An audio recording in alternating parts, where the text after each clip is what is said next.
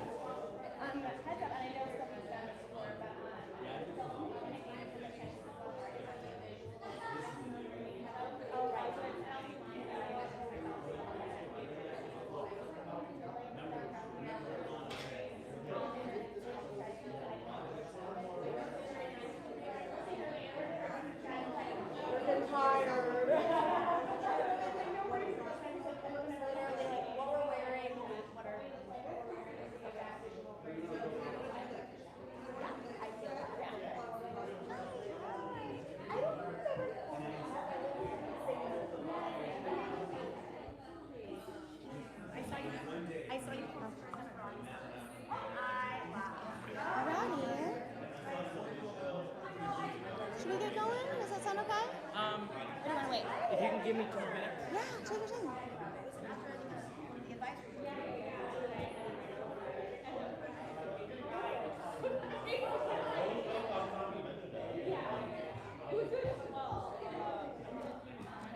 I love that you brought snacks too. I have to have snacks on stage.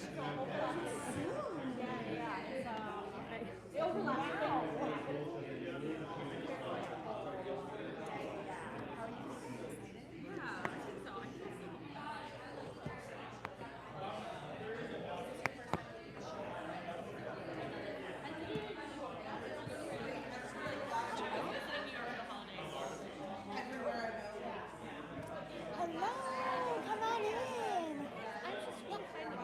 Oh, it's behind the stage. Sorry, so just, use the stairs to the right of the microphone there. Hello, welcome, come on in. Good, how are you?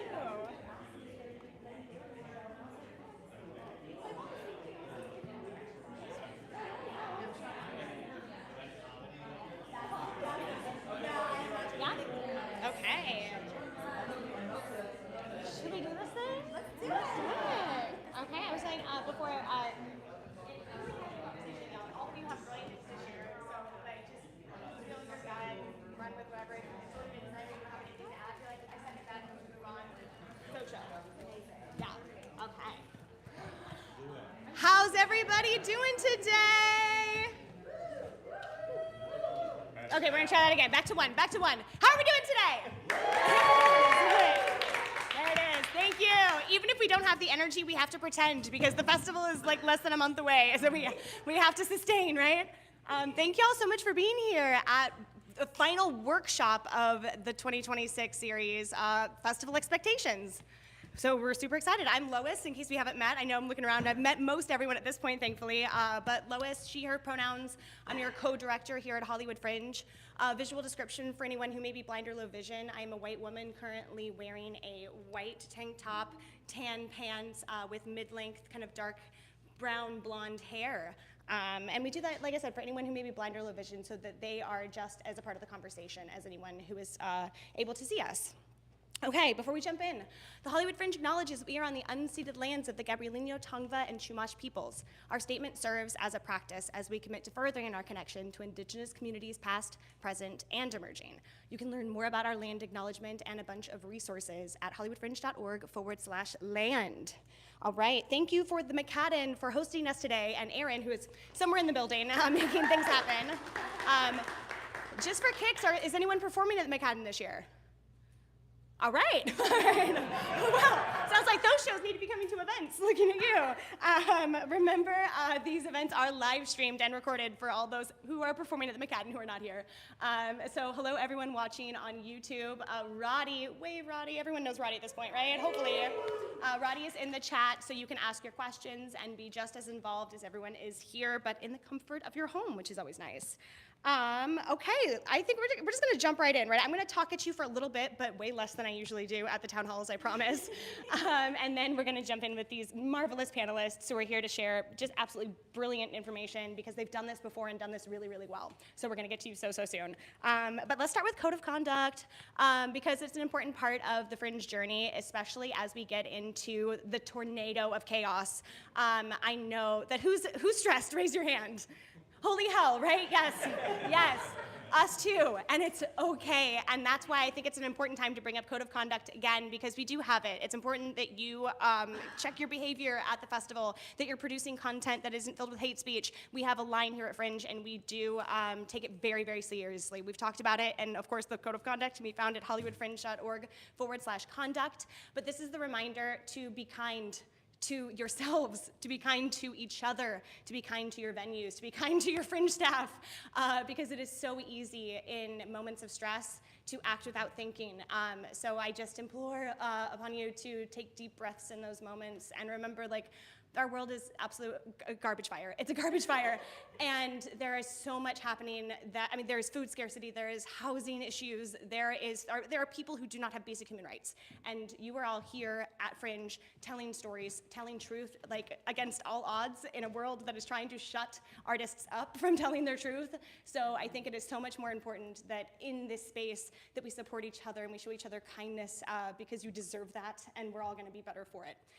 So please take your code of conduct seriously and make sure if you're the primary producer on your project to be that leader in your team, to make sure your team understands the code of conduct, that you're sharing it with them. Like, make it a point at your next rehearsal to have a 20-minute chat about the code of conduct because you are responsible for your team. You know, you are our contact. So if something happens within your team, we're looking at the primary producer. So let's all move forward in kindness and love because we're gonna make our world better one step at a time. Key festival dates. May 1st, what happened? Yes, and if you're like, oh, fuck, I've only sold 4 tickets, that's okay.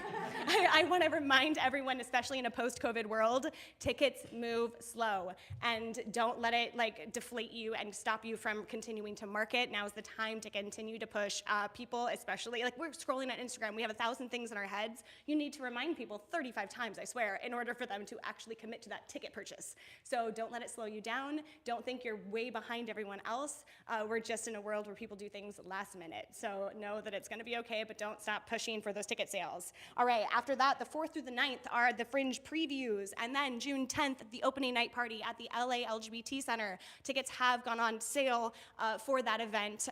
Know that with your Fringe button, you get a free reservation, so you can just reserve that on the Fringe site. And if you do not have a Fringe button, all the primaries get one for free, and then anyone a part of a festival project, so like part of the team, get a $3 button, and that $3 button is your ticket into the opening night party. That is our way to ensure that the opening night party is a part of the community, and it's not just open to the general public. We love the general public, but we can't all fit in the LA LGBT Center. So it is an event for artists and community members to celebrate the opening of the festival. After that, June 11th through the 28th is the official 2026 Hollywood Fringe Festival. And then, of course, June 29th, that following Monday, will be our awards ceremony. Okay, this is, like I said, our last workshop. So we have one more town hall. That is going to be an important one, especially if you want to talk about awards, because I'm not going to talk about it much today.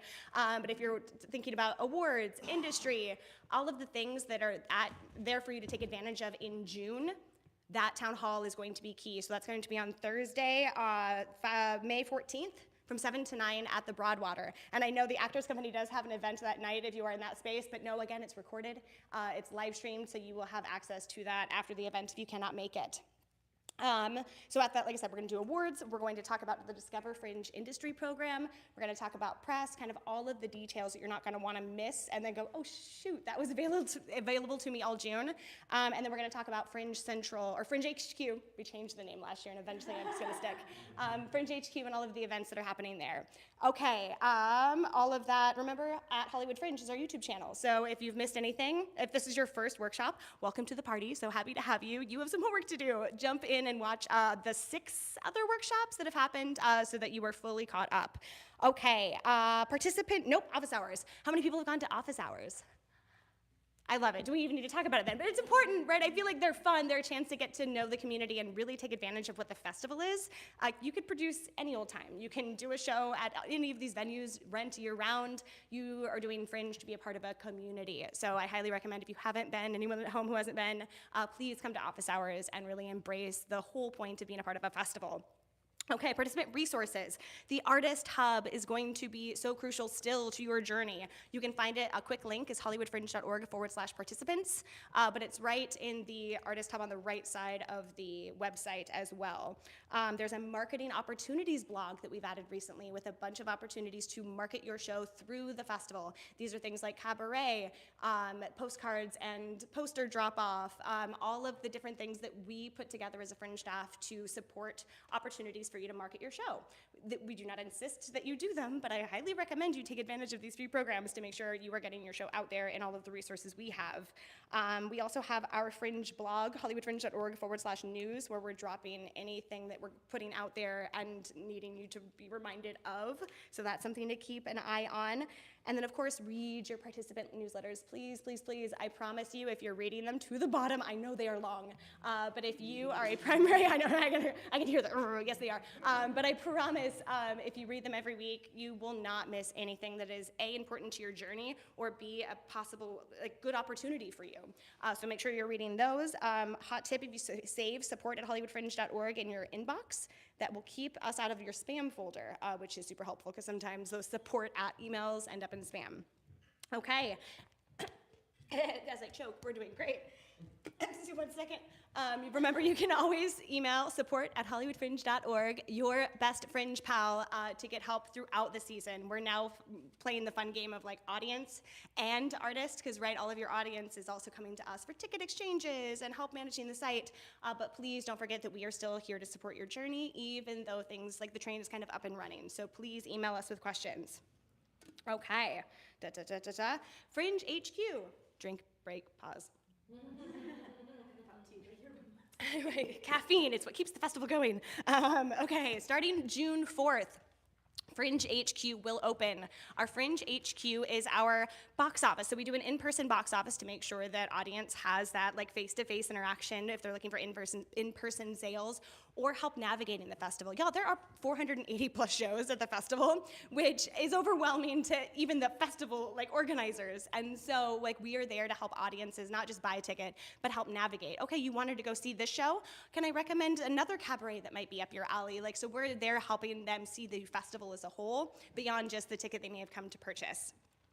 Beyond that, we have our merch shop. We have some, we should have brought some. That would have been so smart of us. But some really sick merch this year, if I do say so myself. I don't know if you've seen some of the promos we've started to run, but the line this year is LA is a theater town, which ding, ding, ding, right? Y'all are making that happen, and we're just finally shouting it from the rooftops. But we'll have shirts, we'll have buttons, we'll have magnets. Roddy and friends have been screen printing totes that say LA is a theater town. So cute. So that's where we'll have those available. And the shirt this year has all of the show names on the back, or all of the show names that registered by the deadline of April 15th on there.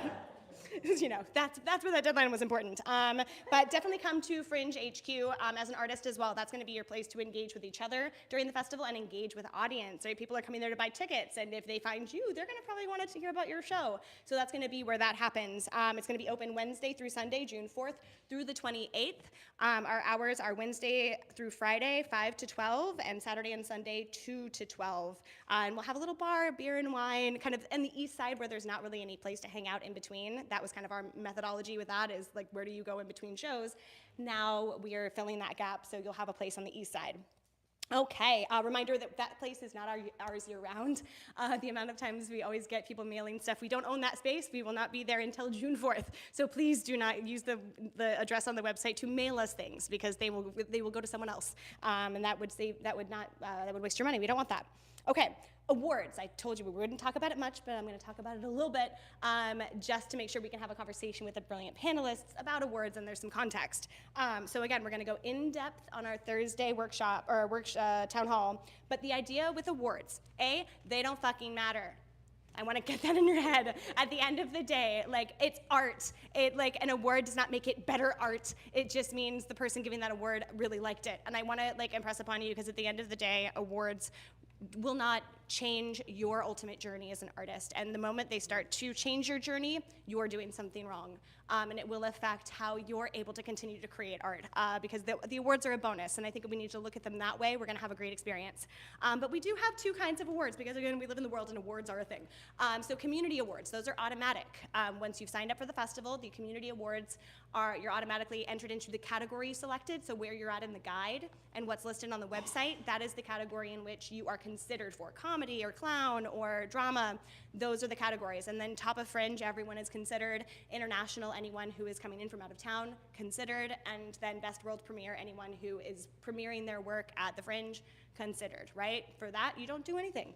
And we'll talk about some people do, for your consideration things, that's totally up to you. But in general, you can kind of leave that alone and understand that if you're filling seats, you are filling your seats essentially with people who could potentially vote for you. Anyone who sees 3 or more shows is able to vote for those community awards. So that's what I'm gonna give you there. That one's kind of a hands-off awards process. Industry or Discover Fringe Industry Awards. Those are a little different. Those are apply for consideration, because these are opportunity awards. We work with partners like Soho Playhouse in New York off-Broadway, several LA theaters, Australia festivals, Milano Off Festival, these different opportunities for your show to do something else post-festival. So those are going to be the awards you apply for consideration for, because we want to make sure you're interested. If it's an award to go to Adelaide Fringe in Australia, we want to make sure the people getting the award want to go. And so these aren't just a laurel congratulations. It's a real opportunity to take your career or the show to the next level. And so those you do have to apply for consideration for. Some of them you may be right for, some of them you may not be. And again, we're going to go over this a lot more on Thursday, and we'll be sending emails in your participant newsletter. So another reason to make sure you're paying attention to that. But I think at the end of the day, again, awards, garbage, right? Doesn't matter. I know they will to you, but I'm just trying to put that in the head. But think about goals, because at the end of the day, I think the awards really are the cherry on top if you're following kind of the right goals for your show. If you're remembering that personal relationships matter. Because even we might have 15 or 20 awards, But the people in this room, the people in the festival, like y'all have cool jobs. You have opportunities to give each other that go well beyond the partnerships that we're building. So if you're remembering to like think quality over quantity and getting to know your fellow artists, that's gonna provide you opportunity. Remembering you're a producer, filling your house, that's gonna provide you opportunity. If you remember to put in the work, if you're creating sick art, that is gonna provide you opportunity. And so just continue to focus on the things that are going to affect your journey with this show. Everything else is gonna be bonus, yeah? And see each other's work. Oh my God, don't forget that like you have this beautiful like tea kettle to refill your cup with, and it's going to change your ability to move forward as an artist and the work you create after, because you get to see, I mean, it'd be hard to schedule, but hundreds of shows, and you really get to dive in to the research, the learning, the inspiration, because as an artist, we never stop learning, and if we do, oh no, the stories are gonna get boring, right? So continue to learn from each other. Okay, I think I'm gonna step off that soapbox now, and we're all done with that, and I am going to let the panelists take it from here. So brilliant friends, please introduce yourself, yes. But please introduce yourselves, your name, your pronouns, a visual description, and then tell us a little bit about your Fringe experience and the show you brought to the festival. And I have a microphone for you, and we can just kind of go down the line, keep it cash. Okay. Hi, I'm Sylvie Wang, she, hers. I'm an Asian woman. I'm wearing a dress, black top, tan skirt, and then talk about my... Your show, yeah. Oh, yeah, my show was the most important part. My show was called Sylvie Wang Presents Sylvie Wang. It was a comedy show. It'd be insane if it was called that, and not a comedy show. It's a drama. Yeah, it was a solo show where I played like a very heightened version of myself. I played a comedian in the year 2100 who was like the most famous comedian in the world, and then I was taking everyone, the audience, through the journey of like how I became the most famous comedian in the world. And that was the general. It was a really good show. Always learning at shows, right? Hi everyone, I'm Angelique Fastukjian. Do I have to press? Oh, it's not real. Okay. I'm Angelique Fastukjian. My pronouns are she, her. I am a white woman with brown curly hair, mid-length. I'm wearing a striped reddish beige top and flare blue jeans. And the show that I brought to Fringe, I did Fringe in 2023 and 2024. So the first year I did a comedy called The King and I Am Paul, which is about a couple moving into an apartment together for the first time. The king is Elvis, and she has an Elvis collection that he doesn't know about, and madness ensues. And then the second year, I did a show here, actually, called Our American Tragedy, which was a historical drama that took place backstage during the Lincoln assassination. So, yeah, busy bee. There you are. Awesome. Hey everyone, my name is Yusuf Sajid, he, him. I'm a South Asian man, dark hair, beard, wearing a blue shirt and black jeans. I did a show last Fringe last summer called Natural Born Citizen. It was an autobiographical solo show. It was like half storytelling, half acting as the people in this true to life story that was slightly or moderately dramatized. I did it at the Hudson Guild Theater. Prior to that, I hadn't produced a solo show before or done something entirely on my own, and that'll be important for some of the conversations a little bit later. Hi everybody, I'm Rashawn Durrell, he, him. I am an African-American man with a black sweatshirt and blue jeans. Last Fringe, I wrote a show called The Server Slasher Massacre. It was about a restaurant and the waiters in it who were being targeted by a crazy person in a mask. It was 10 people on stage running around killing each other. And yeah, it was a lot of fun. Yeah. And I think you're right, and I think like context, raise your hand, I already know, but like if you had larger casts. And just take a minute, because I feel like those with larger casts, you're gonna relate to a lot of their marketing strategies, and then solo work, the other, right? And so I think like keep that in mind, because I think it changes the context of how you exist within the Fringe community and how you choose to do things. I love that. Y'all, I'm so excited to have you here.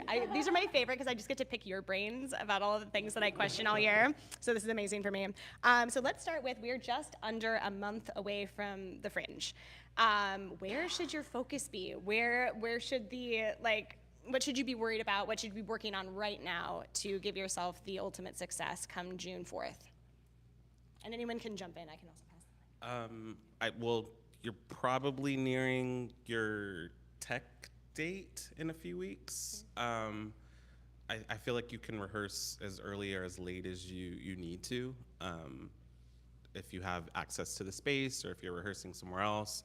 But I think you should be getting towards like the final lock-ins of your show, and then that tech time is really, really important. I feel like you want to go into that time as prepared as possible. So, yes. I think like there's truthfully this point last year, I don't know about Sylvie, but I feel like I was pretty much doing everything simultaneously, like finishing writing it, finishing some logistics with. I think that this 1 month out, just to be concise, the advice I would give is it'd be really helpful if last year, 1 month out, I had nailed down some of the logistics parts. So specifically, booking my photographer, booking my videographer, and calling the theater to make sure whatever the requirements were for tech. The other kind of thing that I did do, which was helpful, was I made a Google sheet and wrote like social media copy, and I picked like, okay, these are the 18 days I'm gonna do Instagram and Facebook and whatever other channels. This is the copy that's gonna be. We're 1 month out. This is the promo code I'm gonna use. This is the promo code I'm going to use when there's not a lot of tickets. So I'll reduce it to 50% off instead of 10%, and just having a sheet so you can just go on the day of. Because as Lois was saying earlier, just like with any type of B2C marketing, you need to repeatedly hit the audience until they transact. So don't feel shy that you've sent 11 social posts or what have you, because that's just how it works in any kind of business to consumer marketing. So preparing some of the logistics is a good, I think, place to be in. Yeah, definitely piggybacking off of that. If you're concerned about tickets or marketing, if you haven't been marketing, that's totally okay, because we're all doing so much at this point. But definitely, if you can, set up a plan, because something that we got caught up in often was, oh, we know we need to post on Monday, and then it's Monday morning, and we're figuring out that caption, we're figuring out that image. So if you're editing graphics, if you're doing Instagram reels that need to be edited, just really give yourself that editing time and understand kind of what your marketing plan is. If you're caring about having specific people show up, work on your press release and get that sent out in the next 2 or 3 weeks. I would say sooner if you can, but definitely be concise and understanding your PR, because some people want to do PR, some people don't care either way if they have certain people attend. But if you are wanting that, just figure out who those people are that you want to invite and start being mindful of what they need, like a press release or just understanding your show, because their June is going to book up. So if you want judges or reviewers to come, definitely keep in mind that their schedules get busy. So have that in your head, and don't just wait till preview week, because that might get a little bit more tough. Wow. I'm gonna keep this one. I'll keep this one. Yeah, what everyone said was so great. I don't know if I have a ton to add on top of that. I went to office hours for the first time recently since last year, and I was like, wow, I forgot how much work this is. Just like meeting everyone and just like the energy, and it's a great energy, but it is a lot. So I do think, along with all that, take care of yourself for sure. Take a breath, because it's like the work needs to be done, but it also will get done by the time you do it. Like by the time the date comes, you'll have it done. You'll do it, you'll figure it out. Yeah. Or you'll make it work, or you'll make it work if you haven't. I guess the basics, I'm trying to think of things I did. I think if you haven't already, if you know other people who are doing the show or lightly met people, message people to do comp swaps, because I think because if you're, right now, kind of what Lois mentioned, maybe ticket sales aren't the highest because it's so early. So it's kind of nice just to like kind of fill out your calendar too, to see, like, to know what shows you're gonna see in June already. And then also it's kind of nice to just like see the tab change a little on the admin page and be like, oh, people are coming to my shows, even if it is, I mean, and it's great. Comp swaps are great. It's like a great way to like start building tickets. And also because I reached out pretty early to people, and people were like, you're like the first one who's asked me to do a comp swap. And also people were like, how do you make a promo code? So it was a nice way to communicate with people and be like, oh, this is a You good can kind- knowledge share. yeah, of like how to use the back end and things like that. So that was helpful. Yeah, that was helpful to also just start talking to people and reaching out to people. Even if it's people that you tangentially know, no one's mad that you're reaching out to like watch each other's shows. So, and yeah, no one's being rude or anything like that. Yeah, 100%. Every one of these things, which I know sounds like a lot, but Sylvie's right. It will happen, and you know what? Some of it won't, and that's okay too. It's recognizing like you're human. You're going to get as much done as you can, and in those moments, you're going to know how to triage what absolutely has to happen. And I think, yeah, looking at like a spreadsheet, y'all. If you're not already a spreadsheet fan, today's the day to find those spreadsheets, because I think it's easier to look at a marketing plan or a press plan or any of these plans, a tech plan, and if you can see the big picture, and you can start to see which weeks are going to be more hellish for you, or you can start to build a story so you're not just thinking I post on Mondays, because if you just post on Mondays that can get really boring. Why are you posting this on that Monday? What is the storyline? You're creators, and so the more you can create within all of these plans, the more exciting they're going to be for your audience and the more fun they're going to be for you. So looking at that big picture will help all of these little things get into place. Okay, so let's talk about engaging with your community, because Sylvia, you already kind of started that, and I'd love to kind of continue that conversation of like now, yeah, people are just now reaching out. It's a great time to start to engage with community. So how did you engage with community? And like, was it, of course, like marketing swaps or comp swaps, but was there things that you helped another show with and they helped you with box office support, or like what ways did you engage with the community? Yeah, I think there were a lot of different ways. I think I was lucky. I was already kind of in the alternative theater comedy scene in LA, so I was very lucky that I knew a bunch of people who were also doing shows. But so we would comp swap and talk about things like that. But then also I met a lot of people through the office hours, and also because I was doing a solo show, I was comp swapping with my comedy solo show friends. It was nice when I was like, oh, you're making something serious, like a serious play, because I was probably watching like 10. I probably saw like 10 to 15 like solo comedy shows that I was like, oh, I'd love to see like something more serious or something that's like, yeah, something, just like, yeah, something to spice it up. So, and I think that was also like getting to know people who weren't maybe in the same genre or category as you, I think was really helpful. And also I did feel very like, oh, this is a community and people are so talented. And just like being exposed to different kinds of art was great. So yeah, I think the office hours, reaching out to people. I think there was also a big Instagram group that I got added to that did the Fringe Friends. But I don't know. I feel like that one, I don't know if it's as active now. I feel like if there hasn't been a new one created, maybe a new one being created, because it was just really good to have, because sometimes people would be like, I have a time slot available at this time between two shows. Does anybody have a show or a code? And then you would just get someone to come watch your show, because they'd be like, oh yeah, your show just fits into like, I have time to kill between these two other shows I'm gonna see. So I feel like stuff like that was always really helpful, because when you're in it, you're just gonna be in the thick of it, and you're gonna actually, I think you're really gonna wanna watch like a lot of shows. It's like a cool experience to be part of it. Yeah.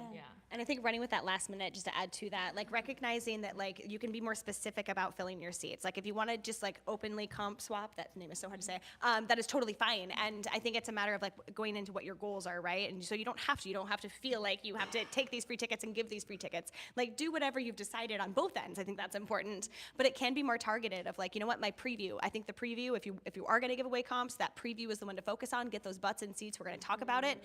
And then additionally, it's like right the last minute, like you know what, the show's in an hour and I have 5 tickets. Let's get my friends in here, because also that helps you if you do have someone from the press there. If you have an awards judge, if an awards judge sees an empty house, like I can't in good conscience send that show to Australia to market if they can't market here. And so recognizing that those butts in seats can sometimes work for you beyond just come see my show. A big thing that we did, first of all, it's kind of twofold. We figured out who was also at the same venue as us. It's really nice to build community within community. And when I was at the Stuff Fury the first year, we made a really genuine connection with 3 other shows. And we came together to do this sort of Instagram poll, like Instagram grab, where you followed everybody, like yada, the thing we all see it happen all the time. But basically, the winner of this raffle got a comp to every one of our shows.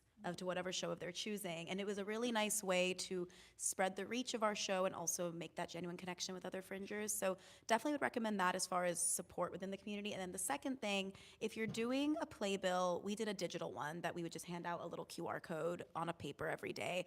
And on that, it was through Stage Mag, which is a free playbill service if anyone's interested. Definitely write that down.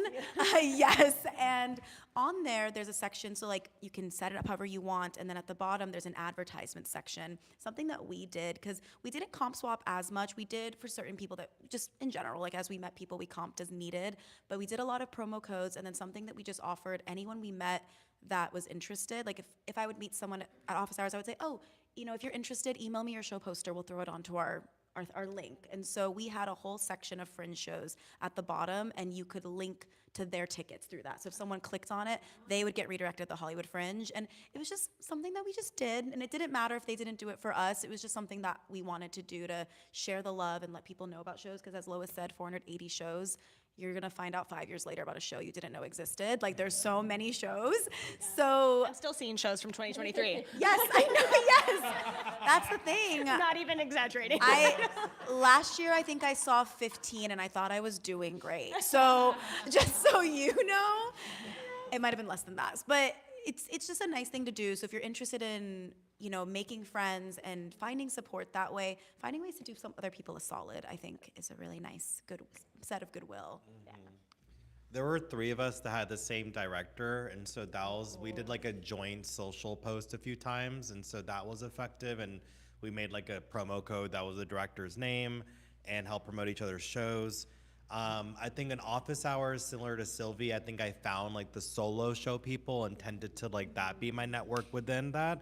And so comp swapping with them. And then when you comp swap, I think it's important to remember, and y'all probably have the intuition to know this, of like, make sure you're building a connection with someone, that there's some instinctual commitment there, that when you say that you would go, that you would go.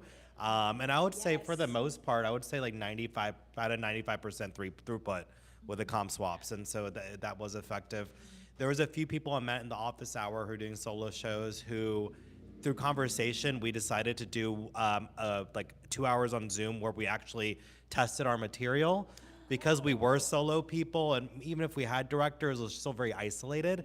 So, and shout out to Lindsay, Charlene, and Kyle. And so, and that was really effective. And, I was someone, and I'm still someone who's also very, and I'm sure everyone here is, very picky and choosy when it comes to feedback, right? And I think that's important to remember, use your own barometer. But it was really helpful. And because, again, I was still writing up until June. And so it was nice to get some feedback from people I trusted in meeting office hours who were doing similar work, who had already done solo shows perhaps before and what have you. And so I think those are some of the important, and then, as they mentioned, going to the show, and then I'll, take a picture, and then I'll go online and put on social media, oh, Charlene's show, everyone go watch it, and I'll make a URL, and they would do the same for me. So they would cross-promote on social, like snapping pictures or promoting that way as well. And then our venue hosted a happy hour, which was really nice because I met a few people. I had it in the happy hour and the office hours, and we just kind of bonded together and watched our shows. The last thing I'll say is, for me as a solo show person, after I did my preview, I realized I was like, I actually have a lot of brain space and energy to watch shows. Because like, you already done it. I know I had it memorized. I had the hour memorized. I had done bulk of the marketing. All there was to do was just send social posts. So I was like, wait, I actually feel like I have more time starting June 6th than I did the past month. So I saw like 23 shows. And so keep that in mind, that you might actually feel more energetically free after the preview's done. Again, I was a solo show person, so yeah. Yeah, when everyone said, there's a really neat feature on the website where when you're registering your show, it asks you for kind of tags of what your show is about and the genre. And so I went and I found everyone who put horror. I was like, I'm gonna look for all the other sickos and find their shows.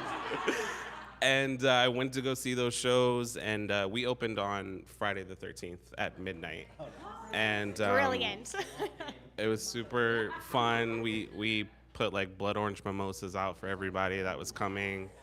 And one great piece of advice that Amber at the Zephyr gave us is to make every performance seem special.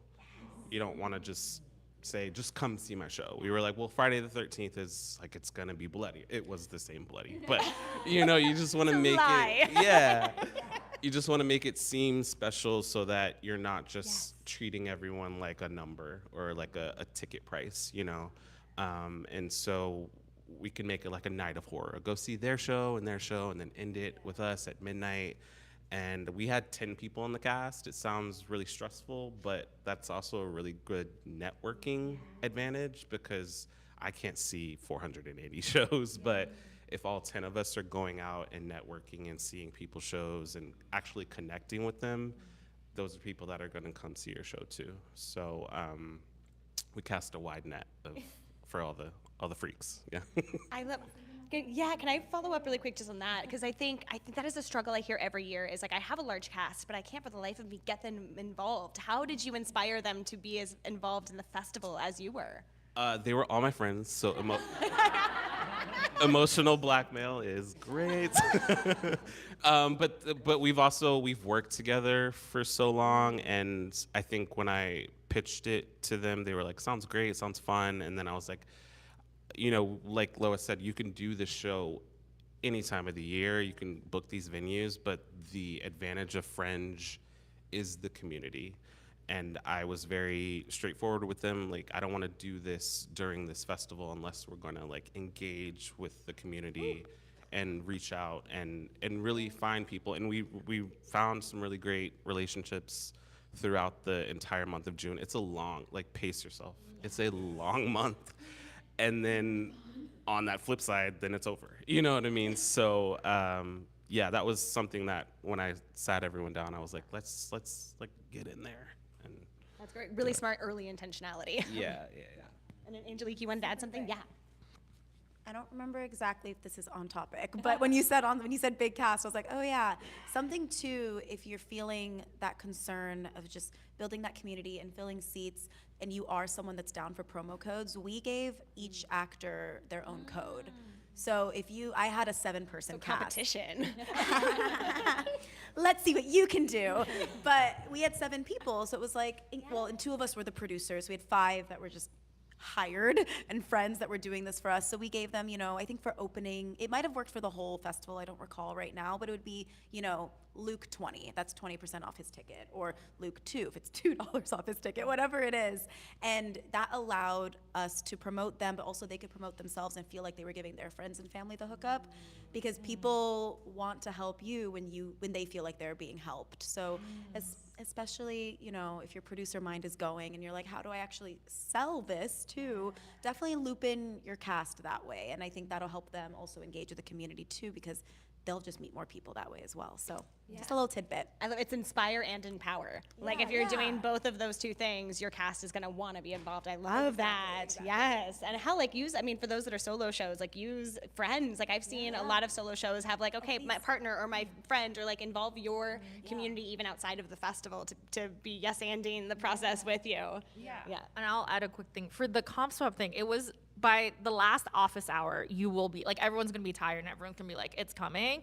And it is like, but which is good, but it's also very exciting, but it is like that energy starts to build. I remember a comp swap that was funny was that me and this other person we had just met through a mutual friend at an office hour, and I was like, let's give each other's postcard and like let's share our codes, but like no obligation to actually watch each other's shows. You know what I mean? Just like this thing of like, we're already like putting so much energy out of there, and then I think it helped for both, and we both ended up seeing each other's shows. You know, it was just that thing where it helped to just be like, you have to, and it's like you don't necessarily. It's like you. I think I watched every show I did a comp swap with, but I wasn't like a huge deal if someone didn't manage to catch mine, because it was just like, we're all trying our best and we're trying to be supportive in this space. I had also just quit my job, so I had a lot of time. Yeah. I love, and I think focusing on quality over quantity is going to mean you automatically do that, right? And I think all of the things that you're saying here lead to that. Like, don't think, and because I see it every year at office hours, so this is your warning, where it's like, you know, you're going in with postcard, and you walk away going, I don't have a fucking clue who I just met. But like, if every office hours or every time you're standing in line waiting for a show, give yourself like, I'd love to meet one person that can be a real connection, because quality over quantity will actually impact your life and your career in a way that I know 30 people from Fringe. No, you don't. Like, you don't if you've just postcarded them and given a comp swap, and like that is not real engagement. So like find how you're building community and not just existing near community. So let's continue on that buzz of Fringe. Like, so you're like, especially like right in June, how do you use the buzz that's generated by the festival, by the other shows happening, by the community, to like push your show forward, and but then also how do you stand out amongst this general buzz within the festival? Huge question. Okay. Hold on. So, so during the festival, how do I keep the buzz going, or post festival? I think both. Okay. So how do you use the festival to your advantage? Like using the buzz and also making sure within that you're able to stand out. Yeah. I think, and to touch on awards a little, if you are interested. We're just gonna tickle awards. We're not gonna. You know, I produce with my best friend Matt, so when I keep saying we, that's because it's not just me. We were hopeful for awards both years, so we were like, okay, how do we gear ourselves down that path? And we understood more the second year than we did the first year. But I think the big thing, even pre-festival, and especially once you're into the festival, is understand your niche, like how you found the horror niche. I brought historical drama to Fringe, and comedies, I think, dominate over drama, I think is safe to assume. So understanding where you fit and finding a way to make yourself relevant within your smaller space and then in your micro space, and then it helps in the macro. I think it's a lot of what people have said already. Like, you find your niche and you support that niche. You support everyone as much as you can, but we obviously have to compartmentalize and preserve our energy, because it's very easy to get burnt out during the festival. So I think figuring out who resonates with you and your work and who you are compatible with, and truly, like what you were saying about making genuine connection at office hours and these events. I know office hours are overwhelming and exhausting, and it's sensory overload, and you can't hear anything, and there's a lot happening, and we know that. I think for me, I would go in, and I tend to like talk a lot, if you can't tell, and be on overload. And then most of I was like, Angelique, just slow down and just like make a friend, because I want that genuine friendship.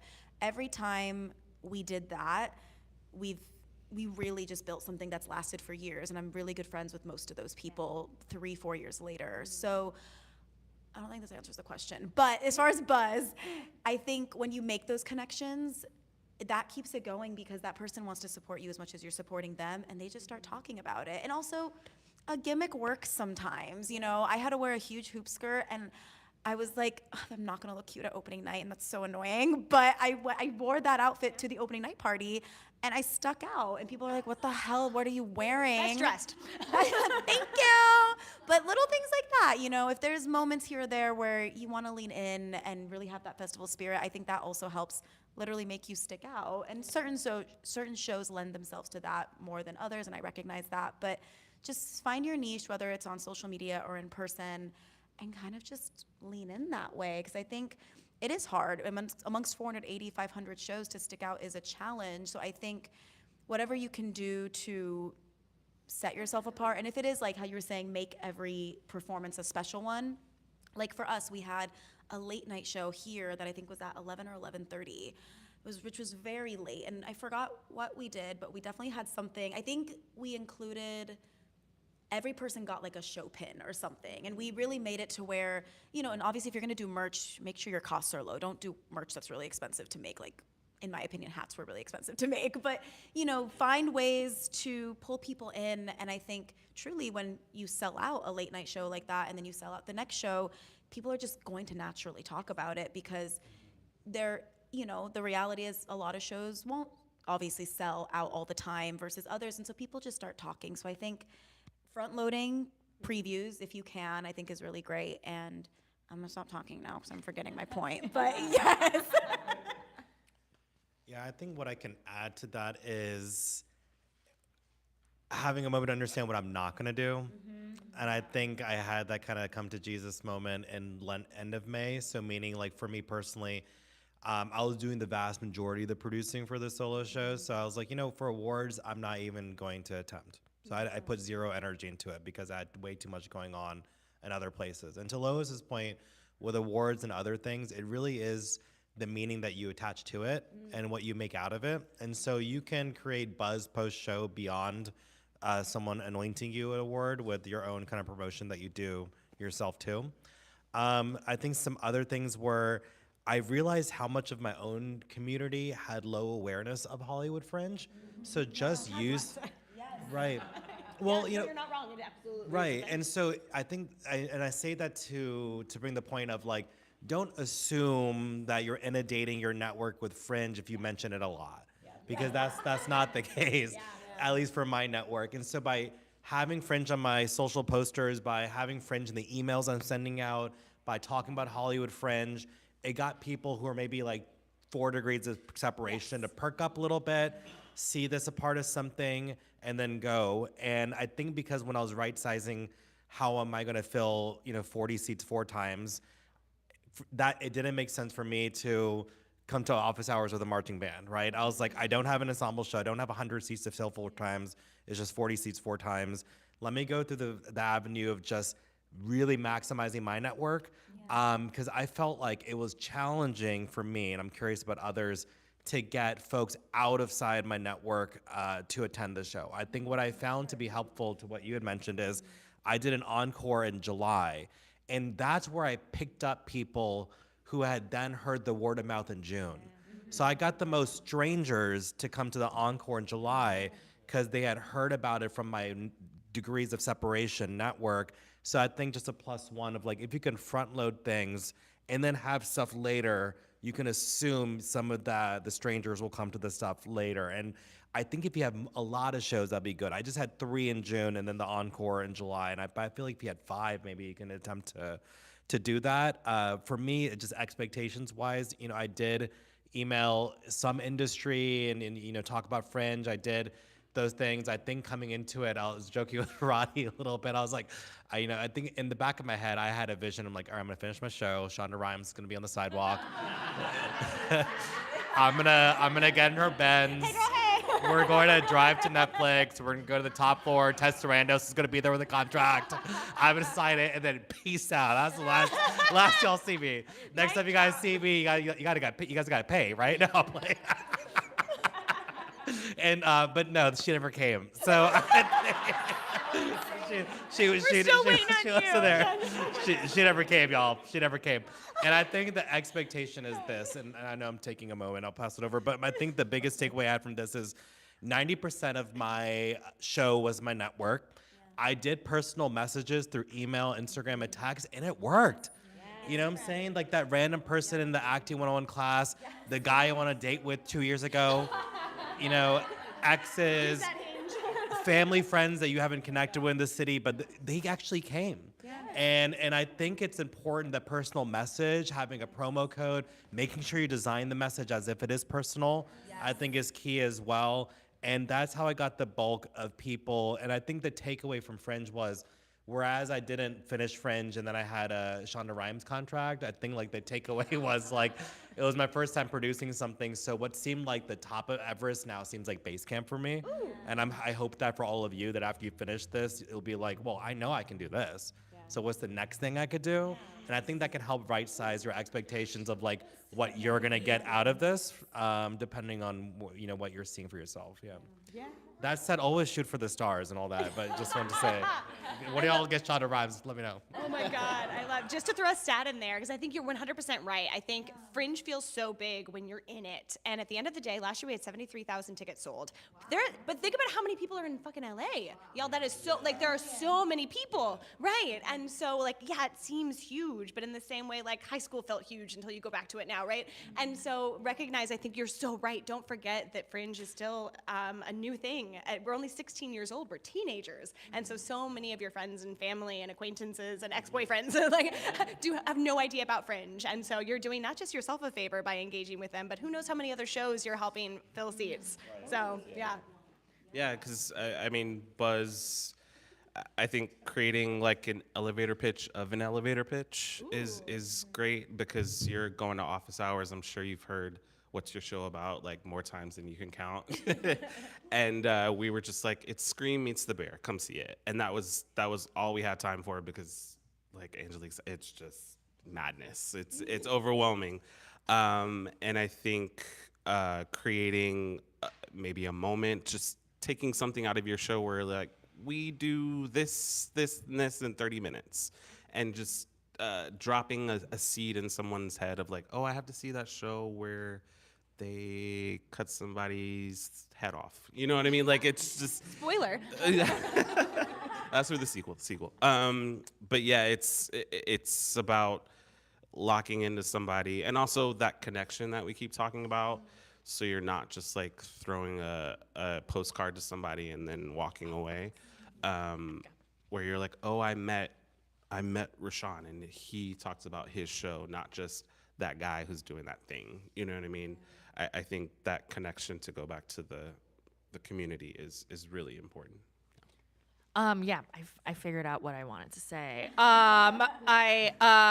Yeah, just echoing what everyone said. And then I think, again, because Yusuf and I did the solo show, similar thing. I moved to LA 3.5 years ago. So I went on Instagram and literally filtered it to like most recently followed. And I DM'd almost everyone I met in like the past 3.5 years, and it worked. It was the similar thing of like, people are excited to see your show. And also I think what we take for granted, this community is so great that we almost just like feel like it's a given that we're an artist community and everyone's an artist, but not everyone in LA necessarily is. And yeah.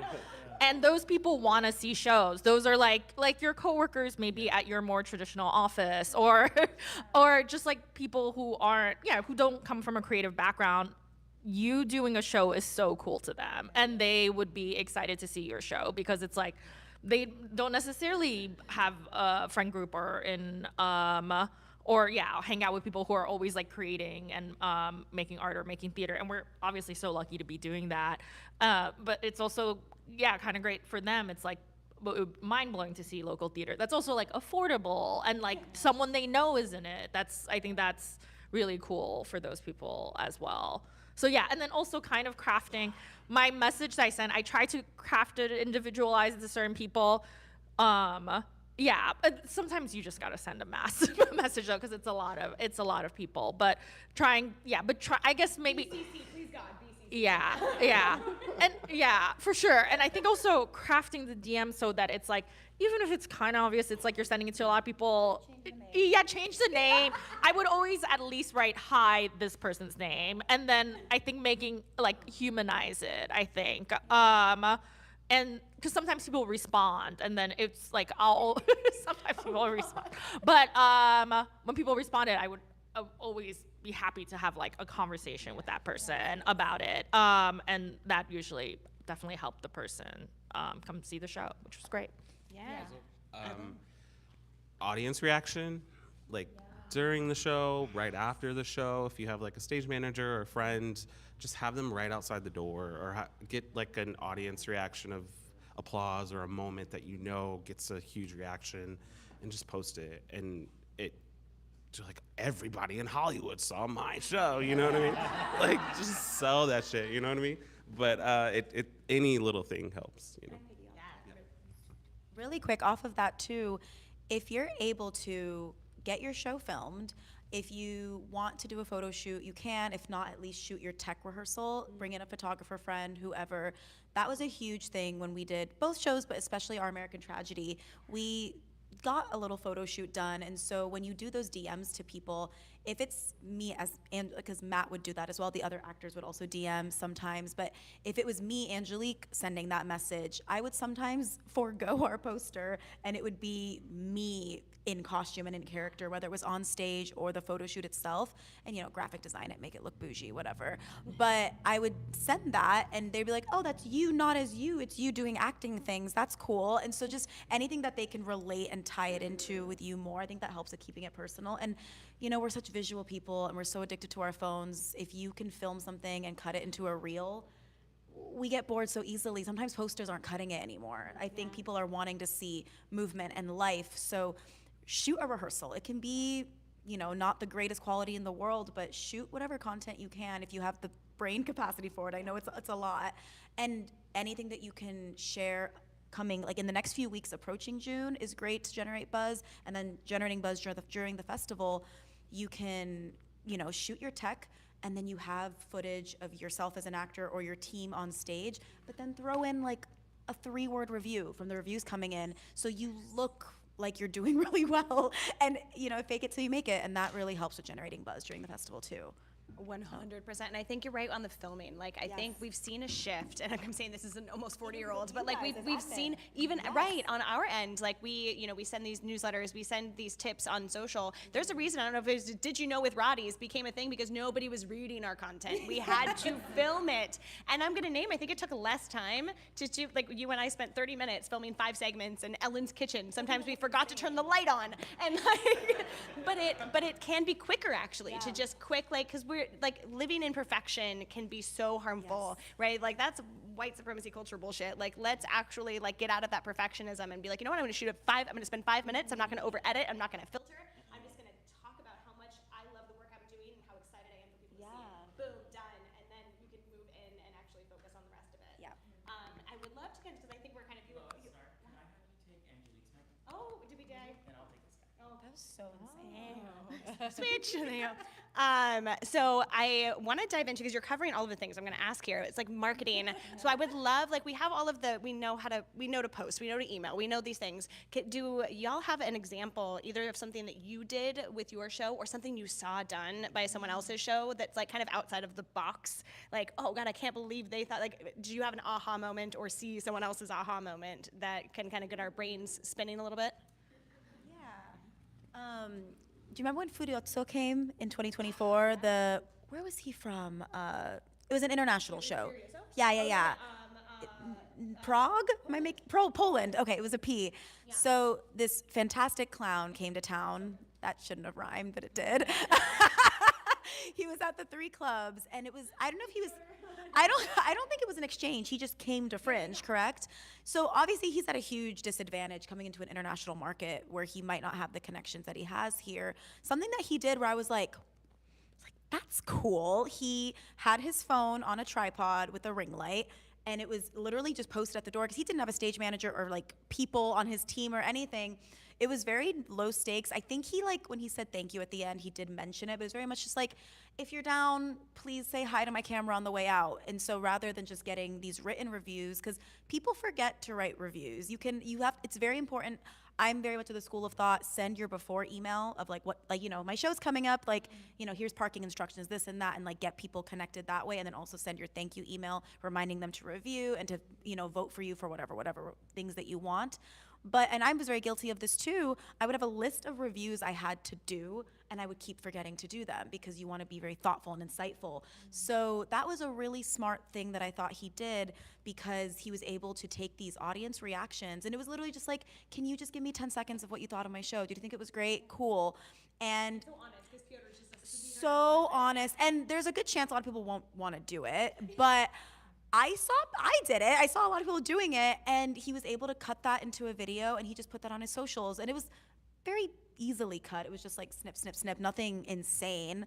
But that alone was just, I think I've seen other people do that, but it was a very out of the box way, because I feel like I usually see a friend come up to someone and ask them a specific question, but he kept it so open ended, and it was and low pressure, because it wasn't someone being like, so tell us, what was your favorite part? And I'm like, freaking out, but it was just the camera. So that was something that I thought was smart. So if your venue is in a safe place where like you can leave your phone, I just thought that was a good thing that he did. So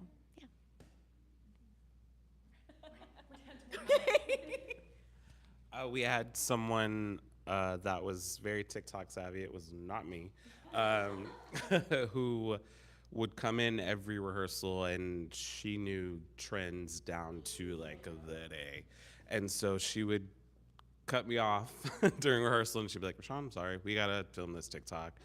And she'd get a couple like 10-second clips, and she would post it, and it would take off. And I have no idea how to do any of that. But if you know somebody who loves TikTok, it's an avenue that is great.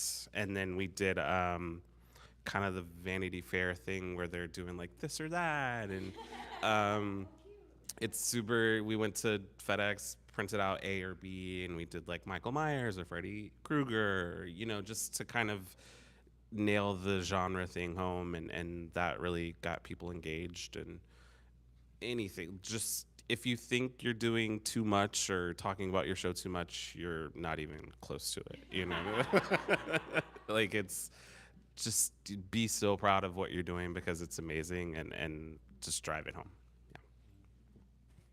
Only thing I can think of to add is there was a solo show I saw where after the show, the individual, he stood at the exit and thanked everyone for coming and passed out a sticker. And I just thought that was a nice personal touch. You just remembered him when you saw him as you exited, and he thanked you individually with the sticker. And he also is really good about doing lots of like social posts. He had done the show a lot before, the same show, so he had a lot of clips, and his show's very dynamic, which is nice because then it makes the clips exciting. Whereas mine can be tipped for, it was very brooding at times. So it's like, so yeah, I think that stuck out. That's additive. Yeah. Is it Woody's show? It was Mark Vigent. Oh, yeah. Had his second solo show. He just stood Yeah. at the The one door, last year. and I was like, I remember that. That was really nice. Yeah. He's a hustler. Yeah, I mean, I think also, and he was a solo show. It can be, again, tricky when you're a solo show. It's just like so much is on your plate. So I think I was like, how did I figure it out? I mean, I think I did make a promo video with my friend, and it was a really like a dumb promo video where he just followed me around, and I was just like, it was because I was promoting in May. I was like, it's AAPI month. This is how you can support. Come see my show next month. Just like having like a fun thing. And then maybe having, I think we were saying logline, but like,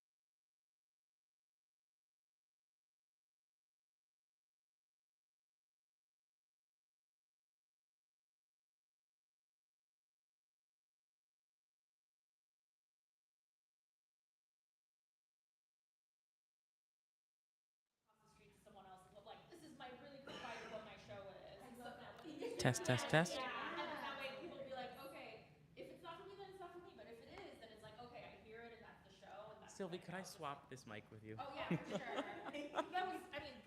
But this will be a fun game. That was basically it of what I wanted to say, of just like really knowing what your show is and really being able to communicate it very fast and quickly because you're gonna be talking to so many people. And then for some people, it's just like, oh, it's sci-fi.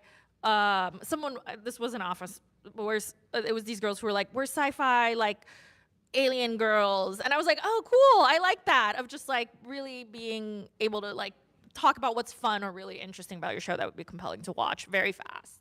100%. The more you can have that simple, you want all the options, right? Because you might throw out that scream across. I freaking love that. Like, I'm going to use that from now on, the scream across the street version. And then if you catch them, you're going to need more. Yeah. So having like all of those steps is so important. I'm going to add like just as that brilliant marketing. And this is an example. So shout out to like Rosie and Haley from And Her Children, which won Top of Fringe last year and just got this Drama Desk nomination after doing the Soho Playhouse run from Hollywood Fringe. So like that's a trajectory. But that show is about gun violence, and I know there's a lot of shows that are playing in the artivism world, right, where they're like we're speaking like truth and making political statements and making it's activism. And so if you are that show, that what they did, which was brilliant, is not just focus on come see my show. It's here's gun violence stats, here's what's going wrong in our world, here's like they focused on an issue that their show was helping like solve or like at least have a conversation around. And so like looking at what are those like parallels to your show, so it doesn't, especially if you're uncomfortable talking about yourself, what is something you can talk about to bring awareness to or to celebrate or to be silly about that is about your show-ish, and then you can tie those together. But I thought that was such a brilliant thing that you get to do two things at once. And her children, yeah, it's fabulous. Can I ask a question about this to Roddy? You produced Girl Blood, right?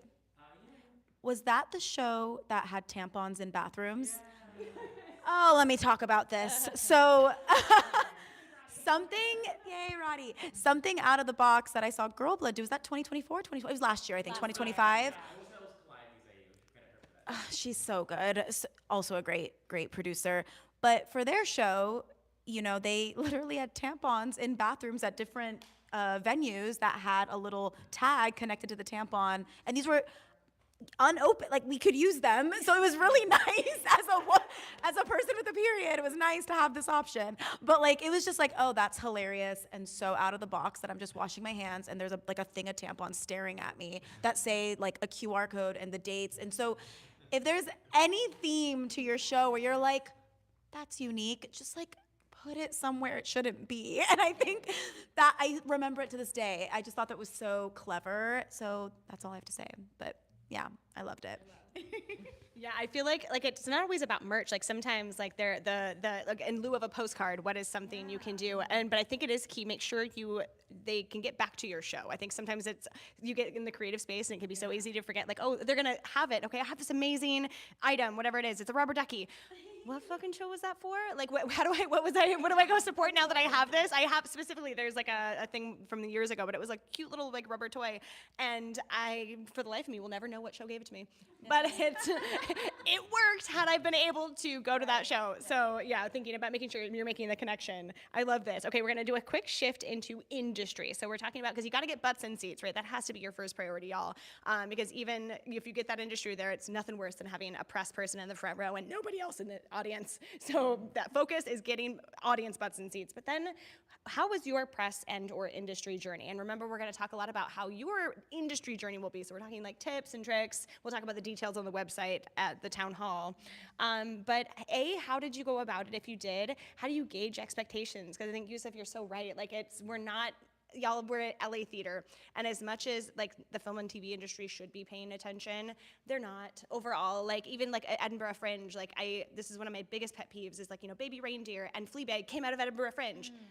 What else? Like it's not a guarantee, and unfortunately nothing is in this world, right? But I think like having that as a possibility, it's always a possibility for sure, but just commit to doing good work, commit to getting your work out there to the best of your ability. And the moment if you set expectations higher, you're just going to be disappointed. And so don't plan for that. Be excited by it if it happens. But so what was your journey for press, for industry? Did you do personal reach outs? How did that go? Because the press in LA is next to non-existent. I think, I'm maybe not the best one to talk about because I didn't end up doing press really or reach outs in that way. I did. That's good to talk about. Though. Yeah, I think also because for me it was similar. I think to Yusuf, it was my first time like producing and making a show just for me, all myself. I was doing everything, so I was very like on a budget about everything. Yeah, where I was like, we're just gonna have to see what works. I think. I'll also talk about awards a little bit because I think that was like, is that like industry adjacent? We can just like, because that was my next question. Gotcha. Let's put everything in one pot. Yeah. Yeah. So for the awards thing, it was just like applying early, I think helped, and just getting those ducks in a row. That was, I think, like the most industry adjacent thing that I did, because also I was in a 30-seat theater, so just numbers wise, I knew that community awards might be a little trickier just because like numbers wise I wasn't, you know, like in a 100-seat theater or things like that.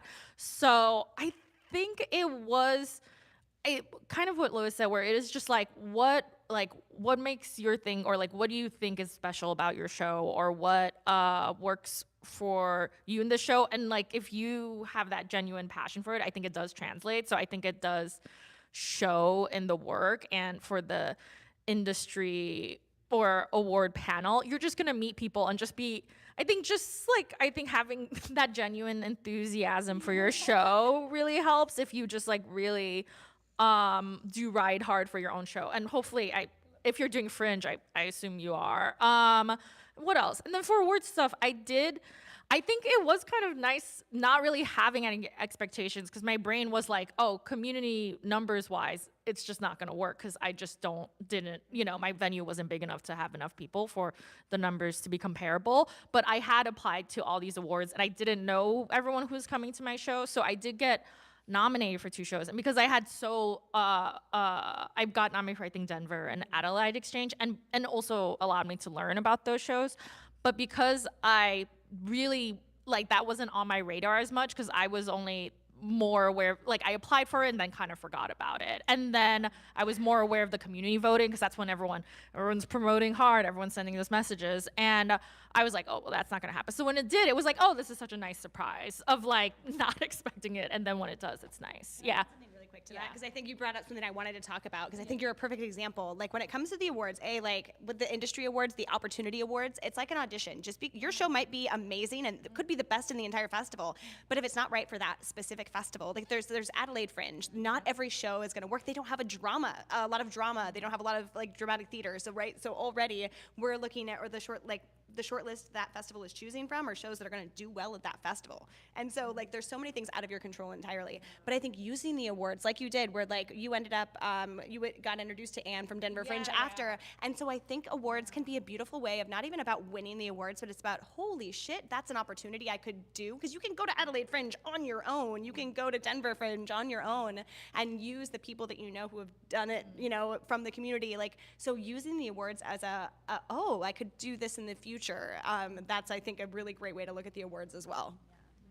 I think definitely going off of what you said, if you can put community awards to the side, because I agree with everything you said earlier, it's not that big of, it's great, but not that big of a deal. But definitely are they the Discover Fringe Awards? Is that what they're called? So these awards for exchanges and, Soho Playhouse and all these different things, I agree. Apply for those and definitely apply for them early. They're up on the website now, correct? No. Not yet? That's a lie. They're not yet. Mid-May, we're going to release them. Great. But keep an eye out for those newsletters. Yes.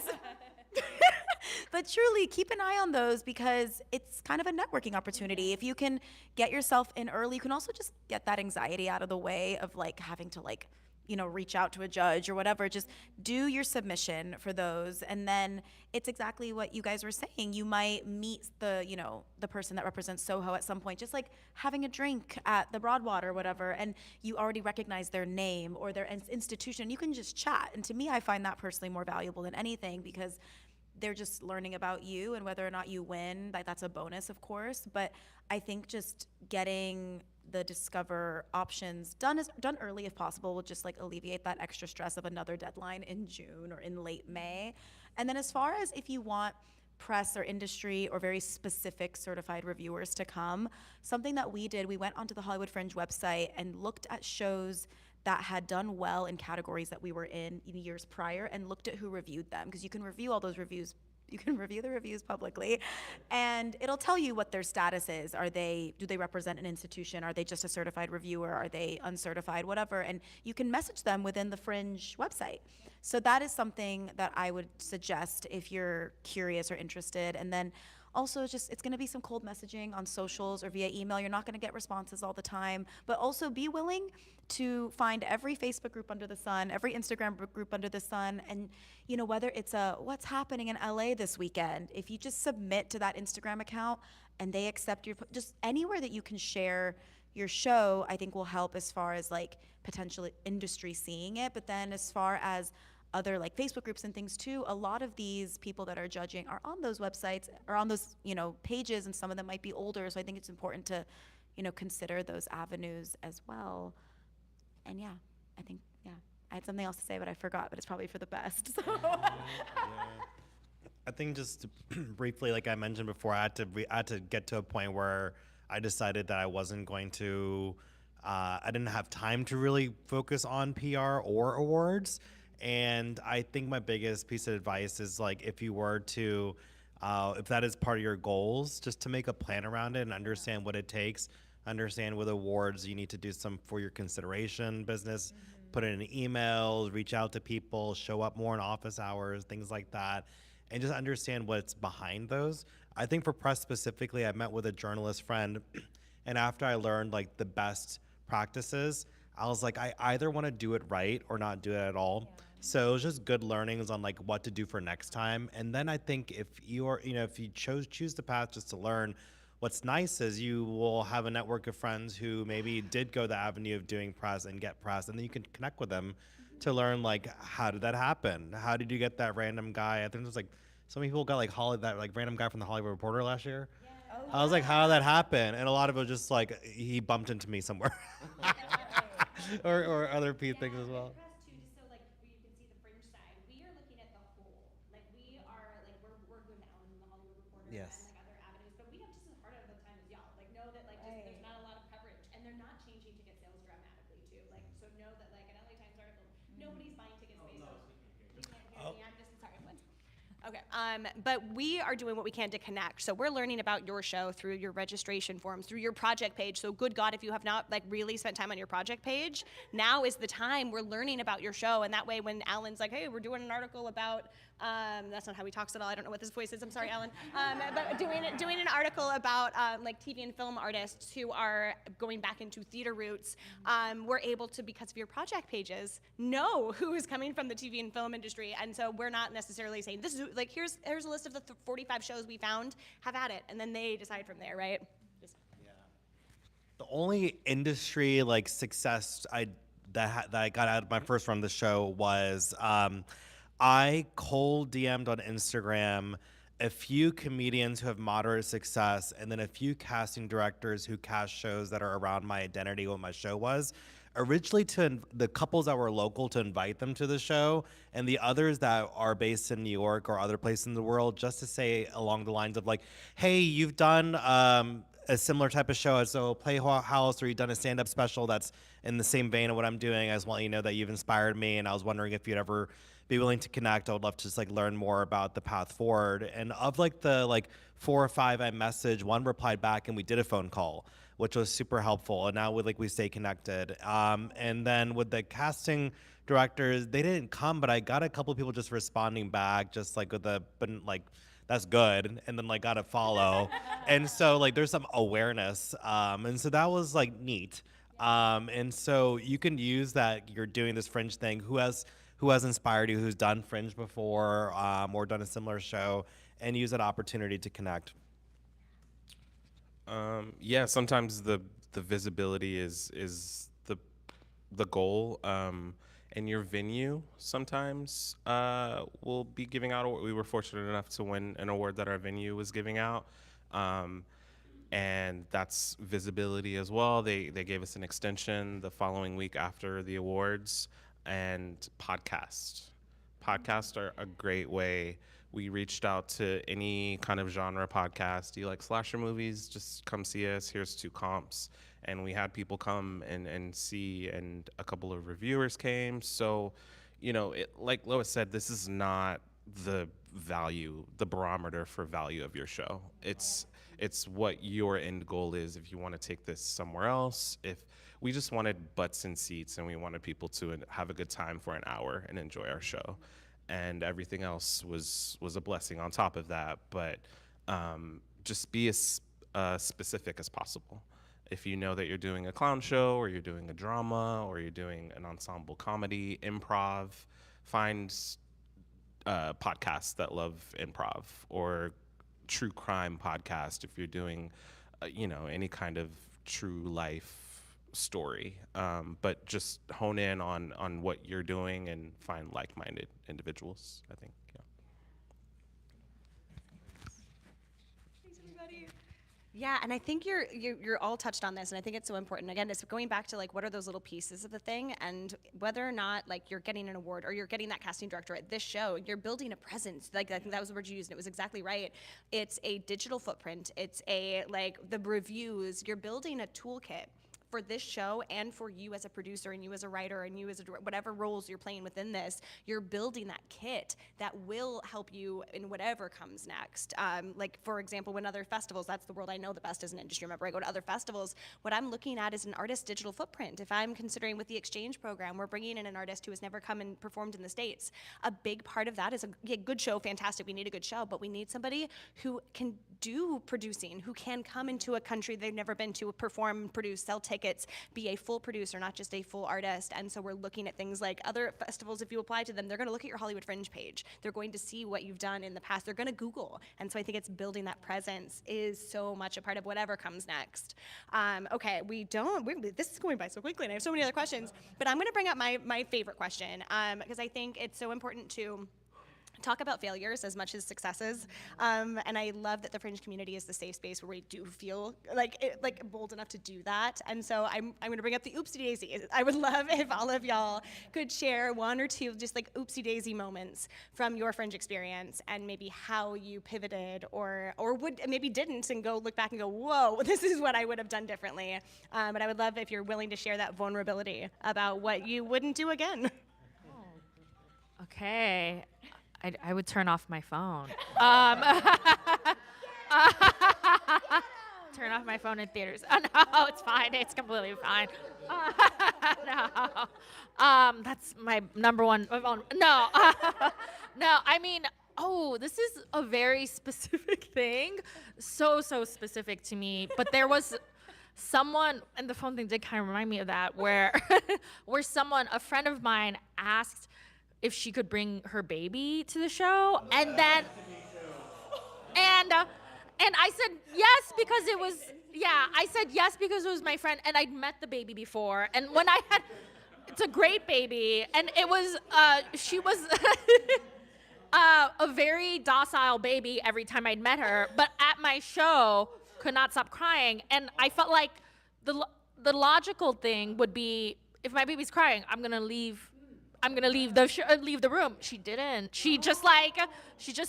I stood at my space, again, was a 30-seater. It was not a big space. I think she just stood in the back and tried to calm her baby, but it was just but it was during the show, and my show is really interactive, so sometimes I would be like, shut that baby up, but it was and it was fine, and it made sense. It made sense in the context of the show, if you see my show. But I was just I feel like logically you should know I hope she's not watching this, but all love, and she was apologetic. But I feel like the logical thing would be to just this is happening, I'll leave, and then I'll maybe come back later, or just see the show another time, So I think just, it feels obvious. Well, now I know, maybe don't let people bring babies to your shows, or if you know what your show, if you know the content or the context of your show, just having, being aware if your show is maybe more 16 plus, or what I think in the larger range of what is the age, because I think it's a lot of our first times producing a show or making a show, so we're not thinking about things like that necessarily, but it is what is the target audience age of my show, and also what would be potentially disruptive if for my show. So things like that, where that was such a specific thing where I'm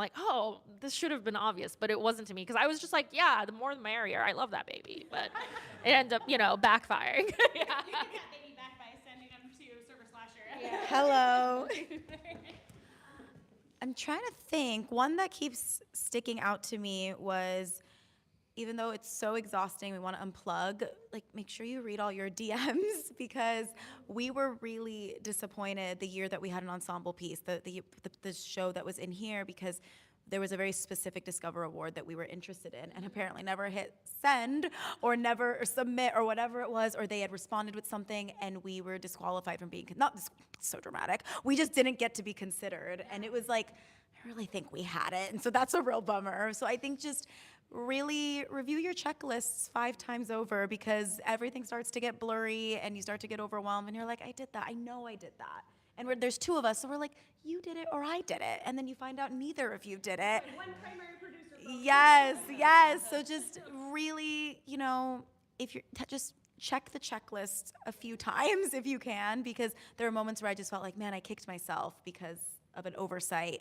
And especially if it's your first Fringe, definitely don't worry so much about being perfect. Definitely, Lois mentioned earlier, perfectionism is a cancer. I don't know if that's what you said. That's what I heard. But it is overwhelming. And I think we cared so much about, okay, it's our first office hours. We got to want to look the part. And then we show up and didn't have, a postcard that we were ready with. And it was like, we must rush a postcard by next week. And it was a design that we didn't end up using more than a few weeks because it was not the show poster. But we were so embarrassed and had this feeling of like, we're not going to be seen as professional, serious producers if we don't have this thing that everyone else has. But just remind yourself to take a beat, a step back, and look at the steps that you need to be successful, because we wasted money on 100 postcards we didn't need. And it's confusing branding because it's not the branding of your show, because we switched the poster design. So just take a breath. And if that means you go to an office hours one extra week with nothing but here's my social media, that's okay, because the high I'm is plenty. And don't worry so much about perception, because I think we were just it was our first time in an indie space like that as well. And it was just like so worried about coming off like we're doing theater right. And there is no right or wrong. I guess there's a little, but but like there's so many ways to do fringe.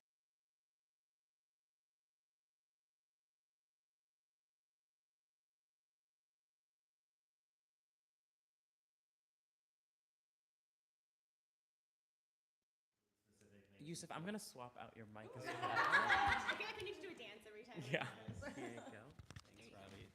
I have so many specific things. I'll just sound them off really quickly. So my venue also sold tickets at their box office, and I needed to go on the Fringe portal and block off the number of seats that they would sell. But on the first show, there was some confusion, and they were like turning away people, and because I think they were confused as to if it was oversold or not.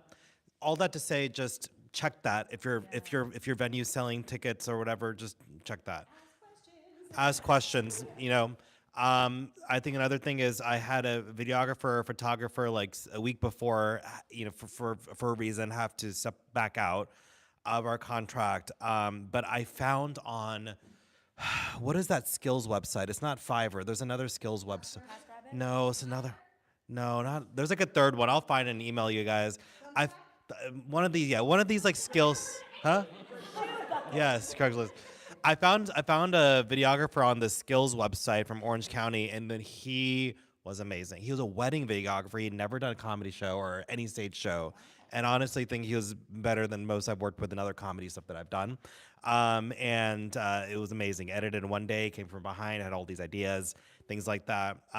What I would have done is I invested the money to record my first show, the preview. Because I wanted footage for social media, I would have just had a friend or put an iPhone do the preview and use that, and I would have had the videographer do my second or third show because the performance was better and the tech was better, because we needed the preview to nail that. Speaking of tech, the theater gave a 1 hour tag for a 1 hour show, and I thought that was fine. It wasn't enough time, and the theater couldn't have any more time to provide at that point. I would have booked at least 2 hours, if not more, for my tech had I known that. I also printed too many postcards and burned some money there. And I think another thing, and I've said this before, is I would have had a proper second set of hands, at least for the preview.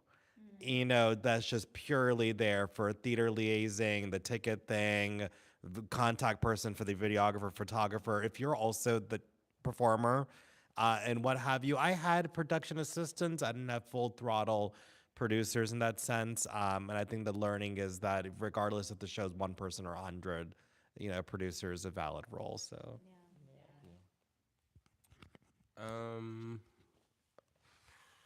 I didn't make any mistakes. No. After all that.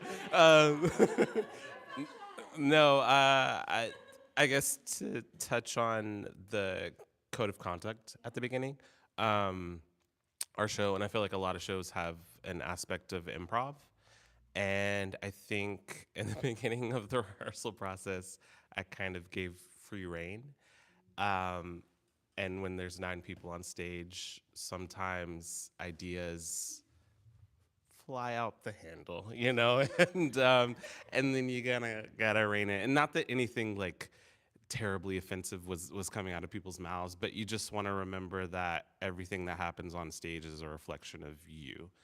And there's profanity, there's a little violence and blood, but you want people to leave feeling like they were entertained and not attacked. And so just keep that in mind, whether you're a solo show or you have a group project. Just remember that your name is on the poster. And I guess another thing, I wrote, directed, produced, and I was in it. And I think that was way too many hats.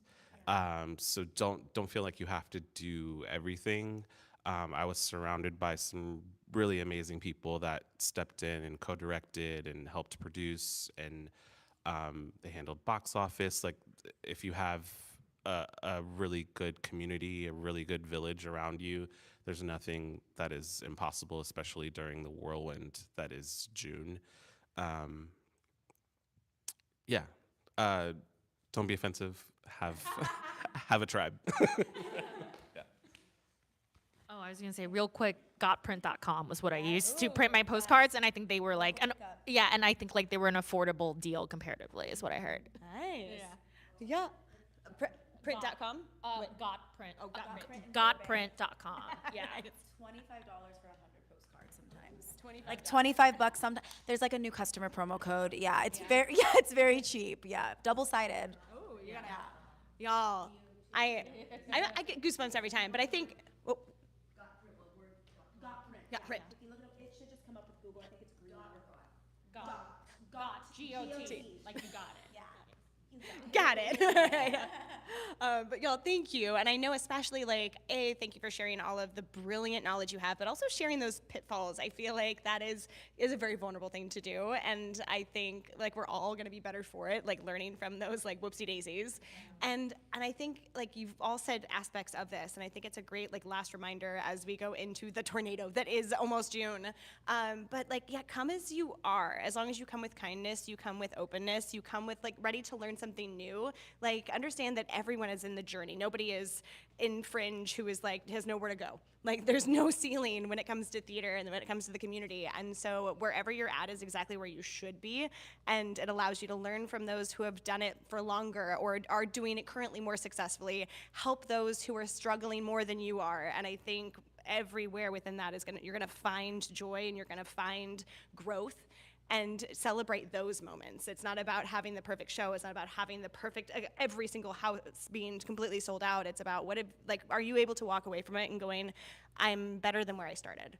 And I have these new skills. I have these new friends who have these new skills who are gonna do this with me next time. And so focus in on those little things. And with that, we're going to take some questions.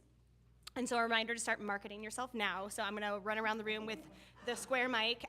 Tell us your name and the title of your show. That way we're marketing the shows we're working on. So I'm going to run around, just raise your hand. Great. One of these, I'm gonna fall up the stairs, just wait. I'm not scared to raise my hand. Hi, I'm Shoshana Green, and this is my partner. I'm Nick Malice. Hi. And we are producing the show Comics Reading Comics, which is stand-up comedians reading ridiculous old silver and golden age comic books, which if you know those old comic books, I love them because they are so ridiculous. And there's light costuming and props and yeah. So, and this is a question for the whole panel, yeah. So one of the things that I really love about Fringe is that community aspect of it, and I know you've touched a lot on that, but I guess I'm coming back to the Fringe after not doing a show since before the pandemic, and I really feel that there's a big change in community, that sense of community. I'd love any advice you have on that or comments on how things are now. Thank you so much for the. I'm going to jump in just to provide context because I have been around since 2010, and I think that's a great question. Like anything, we're a teenager now.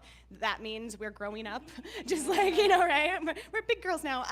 But in general, we started out as a volunteer-run organization, which was a bit of oh my God, we're doing this, and we don't know how we're doing this, and barely doing it, but somehow there was shows happening and people hanging out together. That's where it started, and it slowly evolved into now, pre-COVID, we were volunteers with a stipend, like naming I was working almost full time in my food and beverage and partnerships director position for $6,000 a year, right? Like, and it was a completely like volunteer with a stipend run org. We didn't have a code of conduct yet. We didn't have, you know, a lot of these professional elements. And then during COVID, because of the growth in 2019, really, we were able to spend that time during COVID with the leadership transition as well. It used to be run by 2 different people. Ellen and I took over in 2021, technically, but 2020. And so we've been building that element. So we have the code of conduct, we have the industry program. We've started to kind of put into place more of what is in it for the artist beyond, let's get to know each other and we're really powerful together, which is how it started. But then all of y'all have been in a post-COVID fringe. So what is it now, I guess, is a good kind of transition into the panelists. Yeah. Yeah, the community aspect has been great. I heard about Fringe because my friends did a few Fringe shows the year before, and I thought it was really cool. But I was also like, oh, I can do this, and I didn't know exactly what to expect coming into it, and the community aspect was huge. And it felt like, I mean, I think, you know, I think we all know the world's in a very weird time, and like the art that is being mass produced, a lot of it is bad. And I think we're in a place where a lot of mainstream art isn't strong anymore, which is a bummer. So I think a lot of people are turning to theater and art, and it's exciting to meet other people where it is like the big I don't think anyone's doing this kind of like what Yusuf said, because we're expecting to get famous out of it, you know? It's except for Yusuf. But it's like if we're doing it, it's because it's like we want to do this, we want to perform, we want to do the art, and it's like meeting a lot of people who feel that way is really gratifying. And also just seeing other art or theater that's like very unlike your own is really exciting. I think that's the kind of, you know, TV shows and movies that people get really excited about too and gravitate towards too, but that's happening less and less. So then people are turning to theater more. And I think that was like what was very excited about being part of that community and like seeing and witnessing that community. Yeah, I heard about Fringe for the first time. I think going into 2020, I was asked by a director friend to be in her Fringe show, and obviously that show did not happen because of the pandemic, but it was on my mind ever since then. And when we finally decided to do it, we had never written truly, like, you know, little short film things, but like not really written anything in full before. And we were lucky enough that theater had just started coming back in LA. So we had done a little bit of theater with a theater company in Burbank and had grown like our theater friend community a little. So we went in and we're like, we'll have some friends that will show up. We'll see what happens. And being someone that has now produced at Fringe more than once, doing 2 years consecutively, me and Roddy have joked about this, how we realize that there's like you have like your class, your Fringe class. So I have like my class of 2023 paired with my class of 2024. So there's a bit of a cohort of us, and a lot of our friendships have continued on where even if we don't see each other all the time, and even if they're producing outside of Fringe, we're going to each other's shows. And we're supporting each other and it's genuine, but we also all know the next time one of us is at Fringe, you're gonna come. And so that community has been really nice to cultivate and see grow throughout the years. And yeah, it's been really exciting. Even just like people in those 2 cohorts that we have in 23 and 24, you know, getting invited to workshops that they're hosting, or just like someone wants to have a pool party. So you start to have this genuine friendship. And it's been nice because I think our audiences have grown every year because of it, so. Yeah, I think +1 to what everyone has said. And the only thing I'll add is like the Fringe last year, I went to like 23 shows or so, and all the shows are just really good. Yeah. Like, I don't know what it was like prior to the pandemic. I've only been here since 2023, and that's when I started seeing Fringe. But all the shows are really high quality. Even the shows that are like silly or improvised or what have you are like really well done. Yeah, I would say I was an actor for a few Fringes pre-2019, and this was my first year as a producer last year, and I would say the resources are probably the biggest change that I've seen. Just everything that's, everything that's available, the visibility that Lois and Ellen and Roddy have, where there's nowhere that you will be where you can't find an answer to something. I would take advantage of any resource that's available, and then don't beat yourself up for things that you can't do. You know, there's so many things, and you're one person or two people. But yeah, it's a buffet of creative resource. So, yeah. No, it's interesting to look at Fringe because Fringes exists all over the world, right? And it speaks to the need. I think the more Ellen and I travel to other Fringes, we're able to learn like really how a Fringe operates at its like best capacity, and when it's at its true value, and it's speaking to the needs of the community. That's audiences and artists, right? At the end of the day, I think we've all seen the industry kind of just like go belly up, and like really both film and TV and theater. And we've seen kind of the weight that Fringe holds filling that gap of like study and like school into paid artistry. Because let's be honest, there isn't, like the doors just don't open at the Geffen because you've graduated from theater school. And like, and that it is such bullshit that there's so much being held back by these gates of like the 4 institutions that are actually funding, and then you have the United States, which isn't funding anything artistic, and so we are just holding on to stories until we combust. And so we see the need for Fringe, which is naming a pay-to-play too. I want to name outright, like we don't see like the bullshit within that model either, right? Like we're doing our job, we're doing our best to do our job of making it worth it, because it is a pay-to-play model, and that cannot be the fix for our theater industry. If it is, none of us are going to make it out of it. And so recognizing that and trying to do what we can to at least provide more opportunity every year so that we can fill in the gap until something shifts beyond Fringe, because Fringe can't save the theater industry, and you know, but trying to fill the gap in the meantime. Yeah. That's all right, I'm gonna go here, and then Thanks. I'm John Schnitzer. I got something. My show's Something Spooky. It's a horror comedy about it's about my grandmother's imaginary friend that turned out to be not so imaginary. And we show clips from the paranormal investigation that happened at her house. I'll be there. I thank you. I can't wait for you to come. My question is, where did you take your shows, or what did you do with your shows after Fringe? And when did you make a plan for that? Alongside writing the scripts for the stage, I wrote a screenplay alongside of it. So that was the next plan of transferring it and adapting it to the screen for me. Yeah.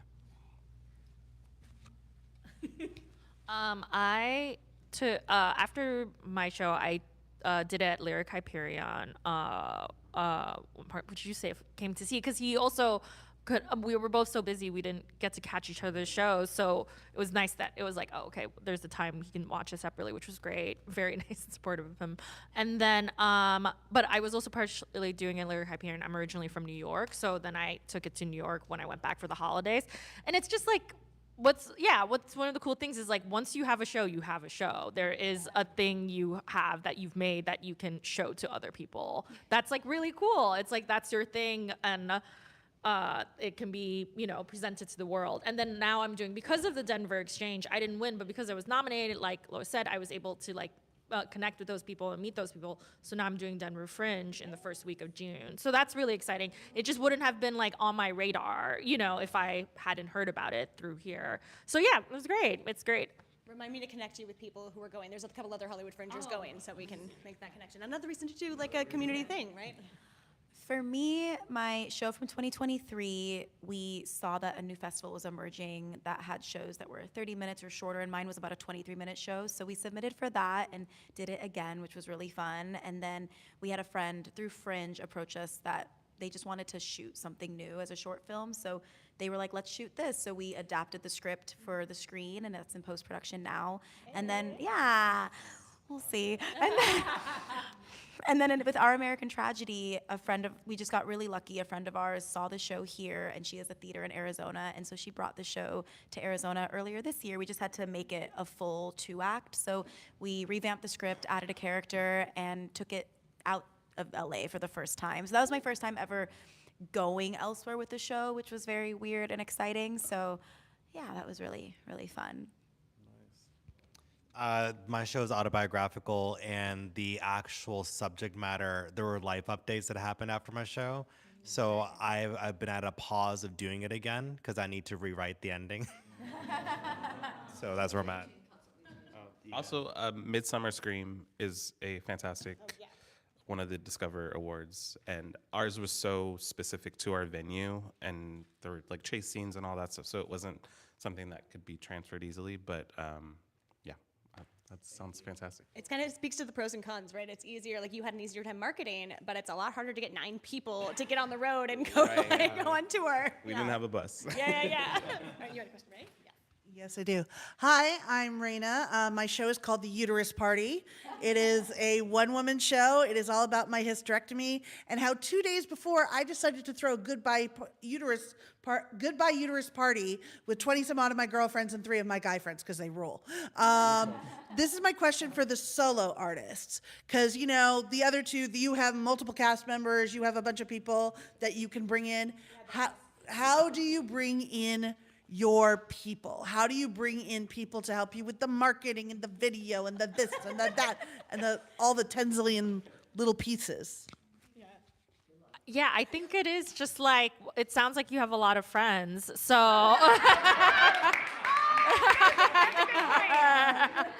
mean, it was like I think, yeah, utilizing your network. If 23 of your friends came to your uterus party, I'm sure a lot of them have the skill set and also, yeah, but also are like happy to help out. You know, it sounds like you have very loving friends who are happy to help out. Like for my promo video, my friend who had like these video editing technical skills that I would never have, like helped me shoot the video and edit the whole thing. And I paid him by like buying him like a lunch because I was like, he knew I didn't have like a ton of money, but I didn't want to give him nothing. And then it was also like, we'll get a lunch after this and I can like treat you and that'll be. So it's just like, I think, yeah, utilizing the network you have. I'm assuming since we're in LA, a lot of them maybe do have more of the technical or production side or marketing experience. I'm sure if they have, I'm sure everyone, if they have the bandwidth or, you know, I think people are eager to help and because they care about their friends, so they want to help their friends.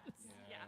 I know it was really hard asking for help. I was in that boat too. I think it's just the things that took up for me. It's like I would talk about my show a lot with friends in like April and May. There'd be a lot of people would be like, "Oh, if you need help, let me know." And then finally towards May, when they're like, "If you need help, let me know," I say, "Yeah." And so I had one friend that helped shoot promo videos, and he just needed a second set of hands. I had a friend who did like photography pro bono, which was nice. And then I had a friend, we would like trade like door stuff, box office stuff. And even this year, I was a friend who's doing Fringe, and she's like, my partner's away, I have no one to do. I need somebody to be, for my show, pass out stuff while people are online because the show starts there. And I'm like, have you asked your friends? She's like, no, I don't know anyone could do it. I'm like, have you asked me? She's like, what? She's like, can you do it? I'm like, yeah. So I'm gonna do her line on June 22nd. And so, yeah. So I think you just gotta ask. Yeah, Or just say, what people will say, can I help you? Just say yes. Right, and I think specifics, right? I think you're absolutely right. Like people do want to say yes. They mean it when they say, how can I help? But what they need to know is how to help. Like I have a 6-year-old goddaughter, shout out HJ. But like what we talk about her, like when you're asking for something, look someone in the eye and tell them what you need. Like they don't always know. It's like, I want is not enough. I need is not enough. Like what are the specifics so that they can actually come through for you? Because we're all golden retrievers that want to help each other. We just don't know how. All right, next question. Yes, and then I'll come back around. Hi, my name is Vivia Armstrong. I have a solo show called Belly Full, What's Filling Her Physically, Mentally, and Spiritually, June 7th, 14th, 15th, and 20th. I was wondering 2 things. One, what were some things that you did to take care of yourself, like your self-care throughout the process and before and after? And then what were, if anyone did any fundraising, do you have any fundraising tips, especially during this month towards the start? Thank you. Great question. I can try that fundraising. Yeah, we fundraised both years. My favorite avenue was using Seed and Spark as far as doing like an online, if you're doing crowdfunding specifically, and if you have people that are out of state, it was really useful. They have a really user-friendly interface. And what's cool is that they're growing, but they're still quite a small company, so they answer you. Their customer service is great, and they require, versus like Kickstarter, Indiegogo, or those websites, they require you to submit your campaign for review, and they give you feedback on what they think's not working. I mean, they won't let it go live until you revise. So they'll tell you like they always suggest a 30-day campaign versus 60 or 90. 90 is the cap, and we were debating doing 60, and they were like, we really don't see as much success with 60 day. We still did 60, and like, but like, it's fine, Matt. It's fine. I'm not mad anymore. But like, I do think 30 was great. But it was cool because they were like, we think you should do 30 for these reasons. If you don't do it, that's fine. But we're not gonna let you go live until you've thought about it and like review. And then they'll also review the content, like the backstory, all the sections you fill out, and they will say, this sounds great. This is not meaty enough. This is too meaty, and they'll just give you some gentle pointers of like, this is what we've seen be successful on our website. And they're also nice because you only have to hit 80% to get your funding, to get greenlit. Seed and Spark. It's a really great website. I've used a few different. And you can use it for film and television. Yeah, I've used it. Yeah, and I've used a few different websites, and I find that this one was the best option for us. And then as far as fundraising in person, we did a fundraiser for Our American Tragedy in February. Yeah, February. It was February. You were there. That's why I looked at Roddy. And that was an in-person fundraiser, and that was very different because we didn't want to crowdfund in the same way anymore because I feel like we had asked for enough favors from our friends and family at that point. So we did an in-person event at a fringe venue, actually, Eastwood, where we had an evening we did a stage reading of the first act of the show. So it was a ticketed event, but the tickets were tiered. So if people wanted to come and play carnival games and enjoy our raffle, that was something that they could add on and enjoy separately, but you could also just come for the reading and have a chat with us as actors and producers. And that was a really successful fundraiser. It was my first time ever planning and hosting a fundraiser in person. That wasn't an online campaign. And I can talk about it for hours. If you have questions after, I'm down to chat. But it was really exhausting. It's like producing your show. So we were doing both at the same time, and mentally very exhausting. So definitely know what you're getting yourself into before. We had a friend manage the fundraiser because we were so overworked trying to get every element just right. So definitely if you're thinking in person, just really work out your beats of what that looks like. And if you're gonna do, just so for your mental health, and then if you're gonna do an online campaign, especially something like Seed and Spark, they need a couple days of a turnaround. So I would just to like give you that approval and that sort of thing and to go live. So give yourself 2 weeks of the application process. Submit it as early as you can once you're ready, and then give them time to respond, and calculate that into when you want to go live, because you choose your date of going live. But if you are hoping to go live in 3 days and you're just submitting your first round today, they're gonna need probably a week to get back to you. So understand when you wanna drop your campaign and if that's strategic. Like we had it go live, I think the first year, I can't remember exactly, we either had it close right after the first show, or I think it opened right at the first show and it went through the festival. Some people make it end right before their first show is starting, so there's pressure to, we need to fund the show or it's not gonna happen. So your audiences and your fans, friends, and family will curate their finances based on what you need with that. Even a fake reason for a deadline is something. You have to give that pressure, that reason for You now. need it, Otherwise, yeah. we could just be fundraising every day, all day. That's the thing. Yeah, Yeah. I'm gonna shift only for the sake of time into the how do y'all take care of it yourselves? Because it really is a marathon, not a sprint. And I mean, Roddy went down the first year. Roddy did the festival. He was out sick for a full week and a half because he didn't take care of himself. 2 weeks. So how do you take care of yourselves? I think quick things for me is like I made sure that I didn't plan going to another person's show like the hours before or the night before. After previews, as I said, I was like, actually, I think I can handle it. And then another thing that I did that made things special were, I think for three of my 4 shows, I had out-of-town guests. So right after the show, I had made reservations at restaurants or bars, and going and like having dinner and celebrating with friends afterwards really made it feel more real compared to the one show where I just went home back to the bedroom in which I was writing the show in. So I would say like treat yourself immediately after, because you're gonna be on this adrenaline rush, and rare in life do you get those moments, right? It's either by doing this or doing illicit drugs. So you wanna do it by doing this. Yeah, I would echo a lot of what Yusuf said, especially since you're doing a solo show. It is. I also similarly, for when it was my previous shows, if you can, I try not to do too much before the show or after the show. But then after previews, sometimes I'd be like, oh, if my show's during the afternoon, maybe I can catch a show at night and it's fine, because by that point you've kind of gotten in the rhythm of it.